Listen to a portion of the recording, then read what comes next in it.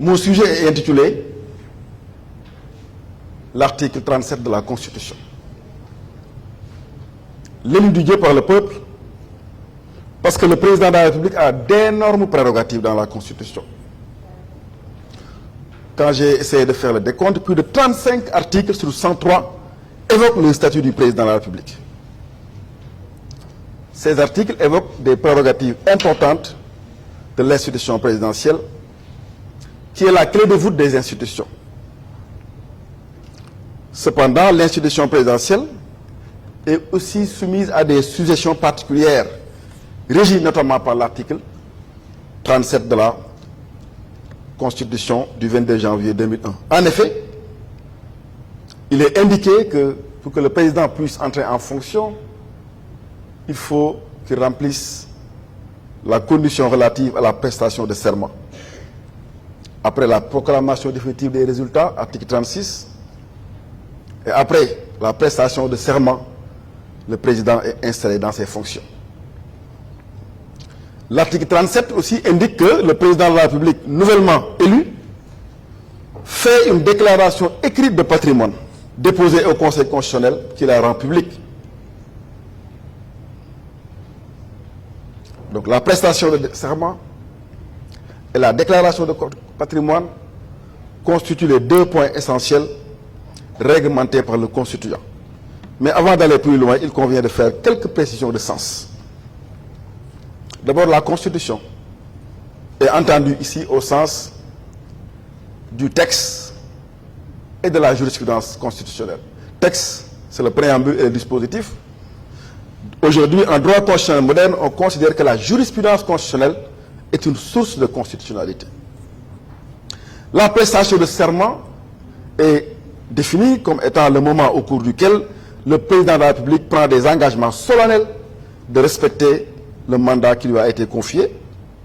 C'est la fin du mandat du prédécesseur du président sortant et le début du mandat de son successeur du président entrant. C'est le rituel qui couronne l'accès à une hiérarchie de pouvoir.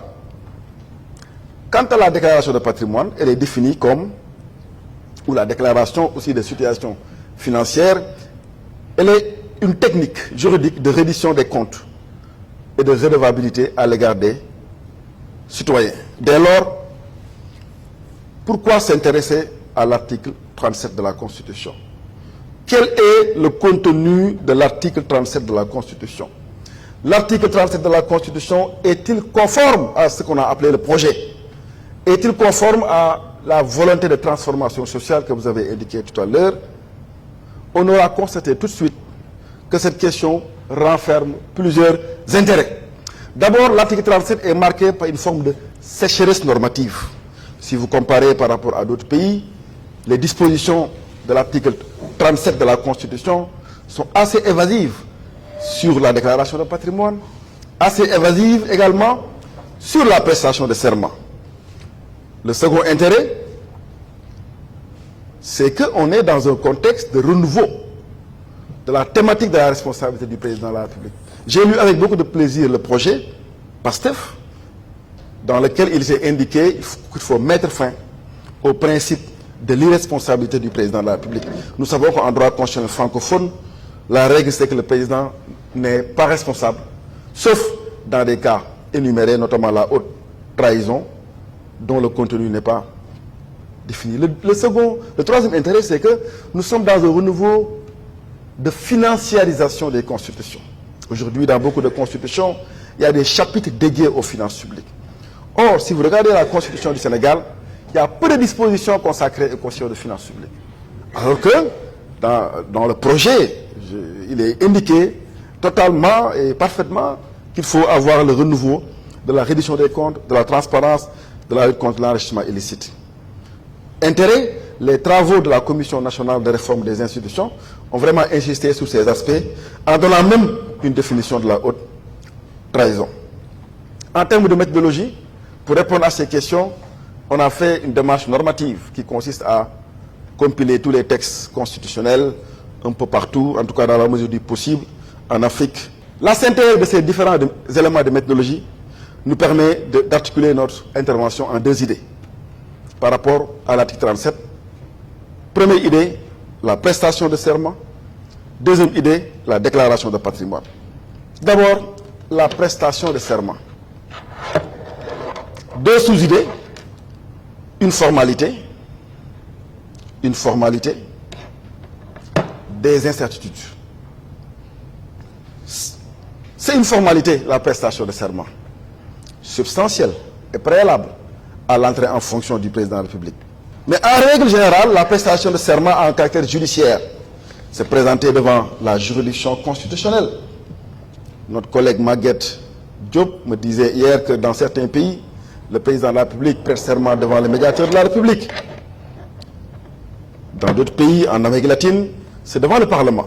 La prestation de serment est faite devant le Parlement. Au Sénégal, c'est devant le Conseil constitutionnel, en séance publique, contrairement, comme on l'a dit, à la tradition latino-américaine. Il y a un rituel, mais il y a l'expression que j'aime bien, l'imaginaire, qui renvoie au symbole. J'ai vu dans les travaux des assises qu'on parle d'imaginaire. L'imaginaire, je veux dire la manière de prêter serment, qui n'est pas codifiée, contrairement à d'autres pays. Vous avez vu la posture du président de la République, c'est une pratique républicaine. Ce n'est pas codifié comme dans la République centrafricaine ou au Gabon. C'est une tradition. Au Sénégal, le président lève la main droite, lit la Constitution, ce qui n'est pas codifié. Le Centrafrique, par exemple, il est dit ceci, si vous permettez, lors de son entrée en fonction, debout, découvert, ça c'est la Constitution. La main gauche posée sur la Constitution et la main droite levée, le président de la République prête le serment ci-après. Ce qui est très intéressant, en langue nationale, pour parler d'imaginaire, puis en français. Dans d'autres pays, c'est codifié. À Madagascar, la prestation de serment est faite en langue nationale. Au Gabon, la main gauche posée sur la Constitution, la main droite levée devant le drapeau national. Il y a des symboles alors. Faut-il faire référence à Dieu? Deux catégories. Dans certaines constitutions, la prestation de serment est marquée par une empreinte religieuse. Au Sénégal, par exemple, au Niger, parfois les livres de votre confession. Dans d'autres pays, comme en Espagne, il n'y a pas de référence religieuse. Ce qui donne des variantes dans la formule de prestation de serment. Maintenant, le contenu. Au Sénégal, il est dit ceci. Le président de la République est installé dans ses fonctions après avoir prêté serment devant le Conseil constitutionnel en séance publique. Le serment est prêté dans les termes suivants. Devant Dieu et devant la nation sénégalaise, je jure de remplir fidèlement la charge de président de la République du Sénégal, d'observer comme de faire observer scrupuleusement les dispositions de la Constitution et des lois, de consacrer toutes mes forces à défendre les institutions constitutionnelles, l'intégrité du territoire et l'indépendance nationale, de ne ménager aucun effort pour la réalisation de l'unité africaine.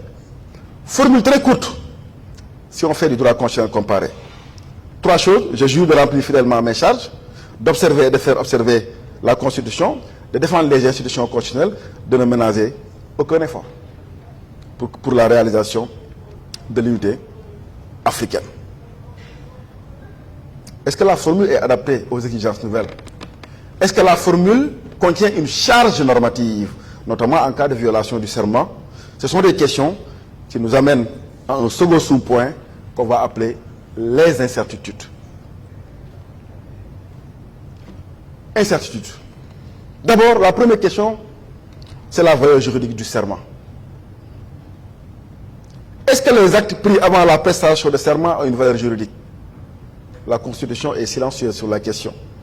Au Bénin, en 1996, la Cour constitutionnelle du Bénin a rappelé au président que vous ne pouvez prendre aucun acte si vous n'avez pas prêté serment. Et la Cour a dû annuler à l'époque les actes en question. Deuxième question, si le serment est mal prononcé, est-ce que le président devrait reprendre la formule? La question est fournie aussi par la jurisprudence constitutionnelle du Bénin. En 2006, en prononçant le serment, le président avait oublié une formule ainsi libellée. devant les manes des ancêtres, devant Dieu et devant les manes des ancêtres, la Cour constitutionnelle avait demandé tout simplement au président, cher Ngouda, de reprendre tout simplement la formule de prestation de serment.